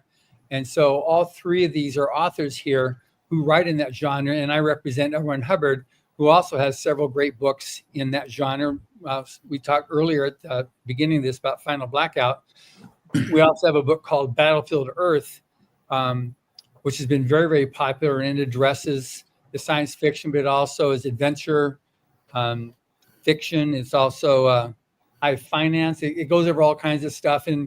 And the hero of that one there, Johnny Go Boy Tyler, considers himself the last member of the U.S. Air Force because it takes place right there by what was the Air Force Academy in Colorado Springs, and that's where the book starts. Where it takes place there. So, if you like that type of genre, which I personally do, and obviously everybody here on this show does. You've got, I said, the books by Ron Hubbard, Craig Martelle with the Battleship Leviathan series, Desmond Astaire with his book, what was it again? Epic One, yeah, which has at least two of the stories that he said that are the military sci-fi, and then Jen with her series, which is definitely military sci-fi. They're really y'all don't forget people like me who don't have time to read audio books. Yeah, well, I'm listening to Craig's story as an audiobook. I just downloaded Desmond. I think Jen's I read as a story. I rotate between, sometimes if I got 2 or 3 interviews, when I went to Superstars, I had Jen. I think I had 5 or 6 interviews going. So I had ebooks going and had audiobooks going at the same time to get through the story so I could be ready when I did the interviews that I finished the story so I could actually have a decent conversation. So like getting through Jen's book, I finished it shortly before the interview, but I'm glad I did because it made for a much better interview when I know what I'm talking about and we can address, because because there's a lot of nuances in her story that I wouldn't get if I just read the Amazon Cliff Notes, the little description in Amazon, because there's a lot more to it. And then I'm glad I do, because you can know a lot more about the author as well, So I was really happy to be able to do the interview with Jen. But I still had that question of like, why were Kevin and Rebecca so excited? I mean, Kevin was really like, I'm so excited Jen's coming. It's like, okay, so who or what hopefully is I didn't hopefully I didn't disappoint them too much. No, you didn't. I was just curious why they're so excited about it. And like Craig said, just like new blood and inviting stuff, because it's an amazing conference that you guys started. So why don't you talk, and Craig, why don't you talk a little bit about Superstars, how it started and how it's grown, and for anybody that wants to join it, what's the audience for that, for people to participate? Oh, geez. Kevin J. Anderson, Brandon Sanderson, Eric Flint, James Artemis Owen, Rebecca Masta. They started this group, a long time ago. I think almost 20 years ago. I think it was 15 years ago. Yeah. 15. Okay. It's about helping science fiction authors. And it wasn't necessarily about traditionally published science fiction authors. They include indie publishing, and it was really about craft and relating to the audience. So whether you go, they had agents there last year, so you could talk with agents about the particulars of reaching a traditional publishing house, or what people are looking for, what editors are looking for, or you can go your own route. I have some traditionally published books, but I would make orders of magnitude more money on my self-published stuff. So that's where I spend all of my effort nowadays. And at Superstars, I was perfectly comfortable navigating any avenue that they had, whether it was traditional houses, publishers and agents, or other authors, no matter whether they published or not. And I think it's a seminar, a conference for any author, science fiction mainly, but they've really branched out. It goes to any author who is willing to put in the hard work. And that's what I loved best about it, was that it wasn't all fun and roses and games. It was, you have to do the work. And they had a great list of presenters that reinforced that point, that you had to do the work, but if you did, the rewards could be vast. Yeah. One thing that's interesting too, when it originally started, because Kevin has been a judge, Kevin, Rebecca, Dave, Brandon, Eric, all these guys are Writers of the Future judges. And Kevin was, at one point, he was talking to me like he created this conference because he wanted to be able to expand what was happening to the 12 winners each year to anybody that really wanted to do the work on it. So the Writers of the Future workshop, the people that won that, is a very special conference that they get, and it's a very intense, and you get it's like you're celebrated by existing authors as the new members of the club. You're accepted as on the same terms as them if you're willing to step up. And he wanted to offer that then to additional writers. So he said he was taking that, and that was the inspiration. And that's why we're automatically, with Writers of the Future, a co-sponsor of the workshop. I think we're a silver sponsor, a gold sponsor, whatever we are there, for the seminar, just because it's that same thing. And so many people that attend there are people that enter the contest. And this year, which I'll be starting to launch a whole big PR runway on this, we'll break our 1,000 mark of authors and illustrators being published. So this year 42, we'll have broken 1,000 of people that we've celebrated. I'm gonna make John come on here and read everybody's name. It's oh, by the way, I know we're getting late. Anytime you have any new material, see the books behind me. See, this is like Bill Fawcett's book here. Of course, it's a war good stuff. He brought a guest on for me that we broke. It was all about weapons. Poor John. I thought John wanted to kill himself. It was It was seriously all about weapons. But I was looking for Kevin's book. He'd give me a Star Wars book, but I don't know what I did with it. It's somewhere in this mess of what I call a studio. But what I was going to say is, what we do is when people send us books, they sit right here. Like you'll see, this is Writer's Future Book 41. This is Battlefield Earth. Yeah, it looks like this one. This is not a book. This is a Bible, people. I mean, look at this thing. Yeah, but it sits up here. You'll see what it is. Wolf's book, Howling New Sword. But anyway, right? Oh, that's Martha. Y'all can't see Martha, can y'all? No, Martha's over there hiding out.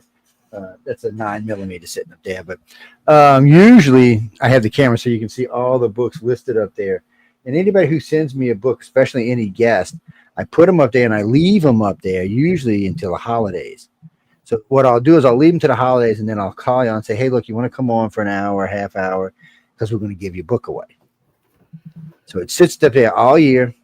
And, you know, that way it's free. It doesn't cost you anything. It's free press. It's sitting up there. People see it all the time. These go through archives. This show is going to have at least 3.3 million listeners or more today. Plus, it's going to go in archive anywhere from a couple of thousand to 100,000 people in archives. So it'll be there for people to look at it. People come back and look at it again.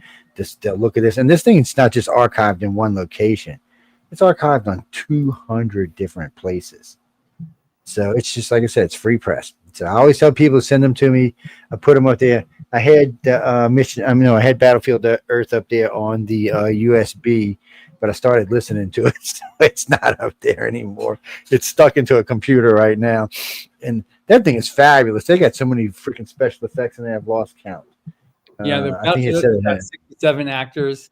I don't know if you listened to it or not. You got a special edition book come on your way to. It's a special leather wrap book. It's one of those super duper ones that we sell for $1 million. That's coming from. Yeah, I don't know. It's a good listen. I used to play it. See, now it's going to get played off the USB, but it used to play off a line. We play it every Christmas for the week of Christmas, the week before Christmas, and the week before New Year's. I'll play that and Battlefield Earth and Mission Earth, and then of course we always play War of the Worlds, the original version of War of Worlds, the one with all the commercials in it and everything in it. So I play it like that because that way people can listen and see why these people back in the day freaked out. Because people are like, well, they must have been idiots. But when you sit and listen to it, no, it sounds like there's something going on. Even today you'd be like, whoa, wait, what's going on? It's something screwy going on. And whoever did it he did a good job with it. So, but we play those and then we give away.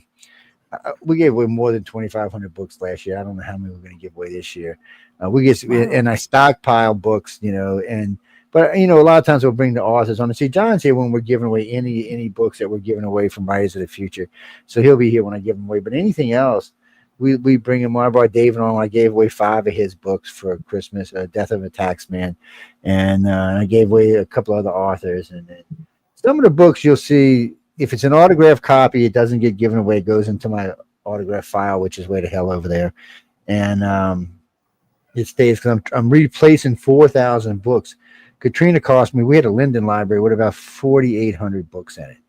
And Katrina said they didn't actually get wet. They just had enough water in my floor of my house that they absorbed it through the air, expanded, and then broke off the sides of the cabinets and fell on the ground. So they got trashed. But I'm just slowly but surely replacing all those books. But I like to give away books. I think it's a good thing to make people read. And I live in an illiterate state. That's one of the reasons I like giving away books. I mean, I'm in Mississippi and Louisiana, okay? Getting people to read down here is a serious thing. Look, if I can get them to listen to an audiobook, I'm happy. But getting them to read, getting them to put that book in their hand and read is a good thing. Everybody should read something. Like one of these things here. This is right. One of those right there. Buy the damn Writers of the Future, people. It just released about a week and a half ago in the UK and in Australia, New Zealand, and South Africa. Yes. And it's funny. I did a radio show with a host in South Africa, and he's all excited. He's actually going to go to the Hubbard House because Owen Hubbard was in South Africa. He's in Johannesburg, and he has a house that was there. He actually, his visa wasn't extended when he proposed. This was back in the early 60s, he proposed a change in the Constitution, which made the blacks also full rights. And it was obviously not the well accepted by the whites that were in charge there. So he was thanked for his visit and not allowed back anymore. But he proposed that first constitution that gave full rights to everybody there. But Christopher, there's pictures in the book. Okay, I'm sorry, John. He kept sending me a text. Is there pictures? Is there pictures? I'm like, yeah. Actually, there's award-winning illustrators in the damn book. How's that now? Look at the damn pictures. Yeah. So in here, there's each of these books. We have the 12 new illustrators that also gets published.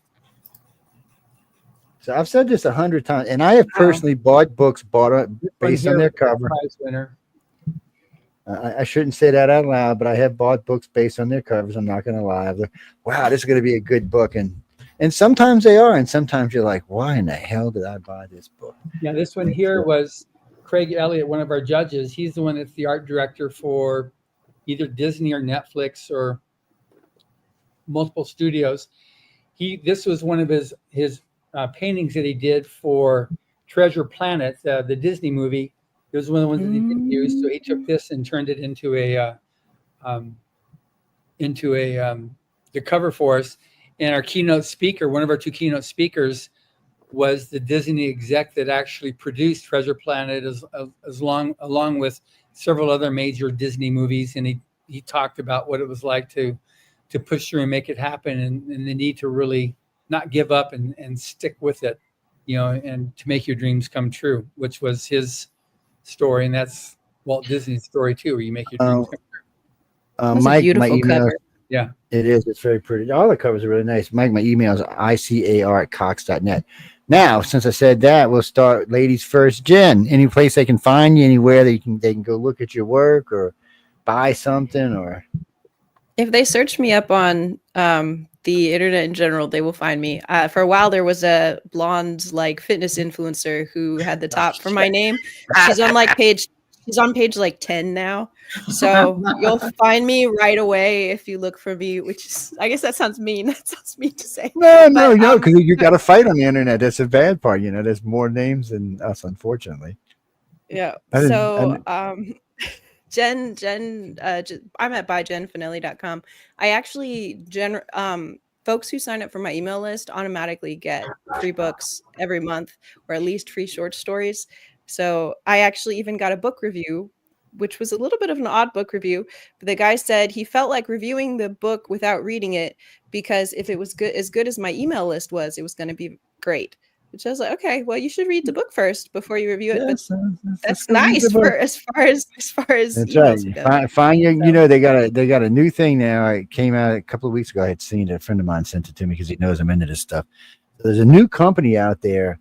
I guess it's an AI company that is doing making audiobooks for people for writers who can't afford to go spend a ton of money to get an audiobook.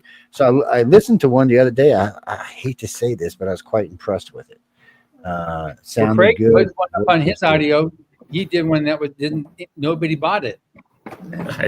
I did one through Amazon, but 11 Labs does audio nowadays. 11 Labs is probably leading, especially with their new 4.0 that they've published. Well, I mean, for people like me, an audiobook is a must. When I was younger, I had a lot of time to read. These days, I got a lot going on. Even though, the funny part is I retired. I sold my construction company just a couple of months ago. And somehow or another, I found myself more busy. I'm not quite sure how that worked out. My station manager was like, John, how come you're so busy? I said, I don't know. I'm supposed to be retired. Something's not working here. No, Chris, no.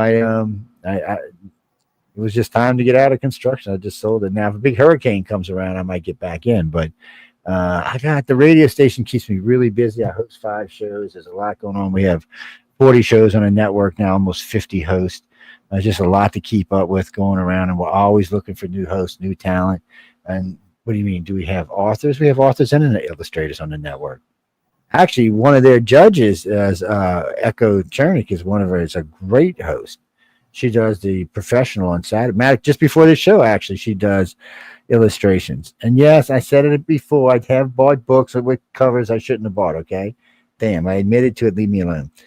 Sometimes the cover's really pretty. I'm like, look at his cover. Yeah, this book's got to be good. I'm sorry, it's just what they weren't. But get out there, buy some books, people. You know the rule. If you watch the show, you're supposed to buy books. That's what this show is for. It's the only show on the whole network where you can buy a book.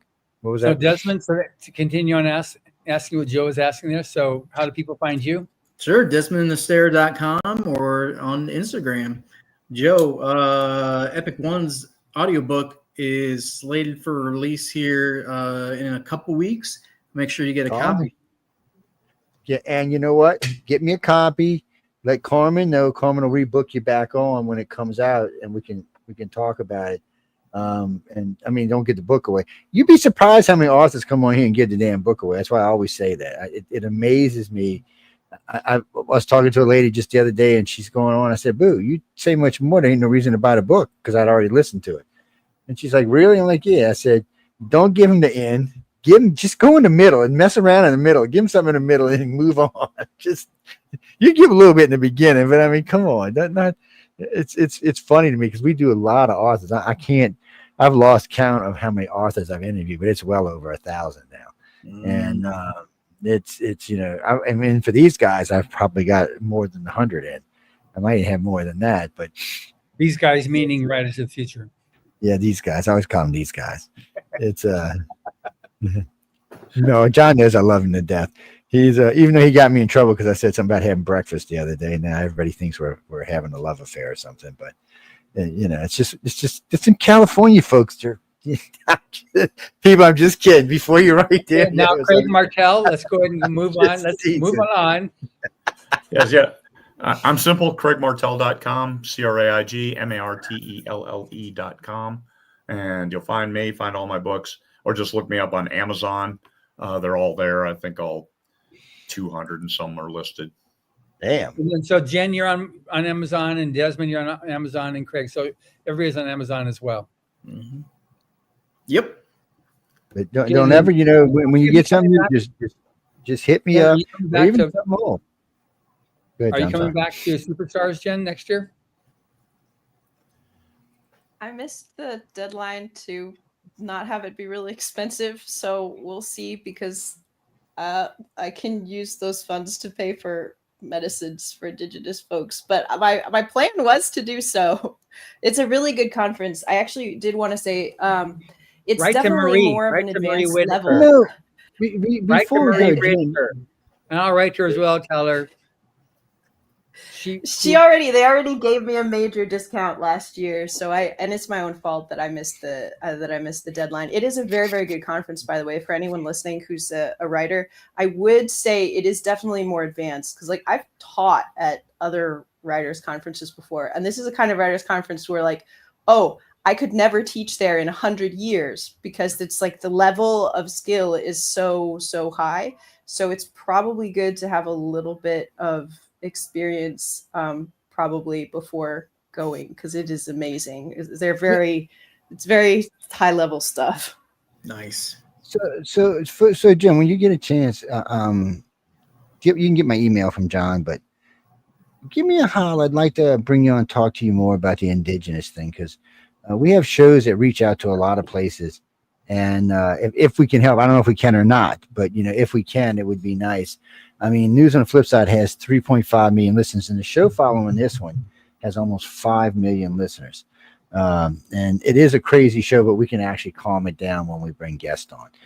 John's going to join us later on, so we're actually calm. We have guests. When there's no guest, all I can say is it's insanity. It's sheer insanity. No telling what's going to get talked about or how it's going to get talked. I think that's why it's so popular. It's the youngest show on the network and the most popular show on the network. And my manager asks me every week, why is it so popular?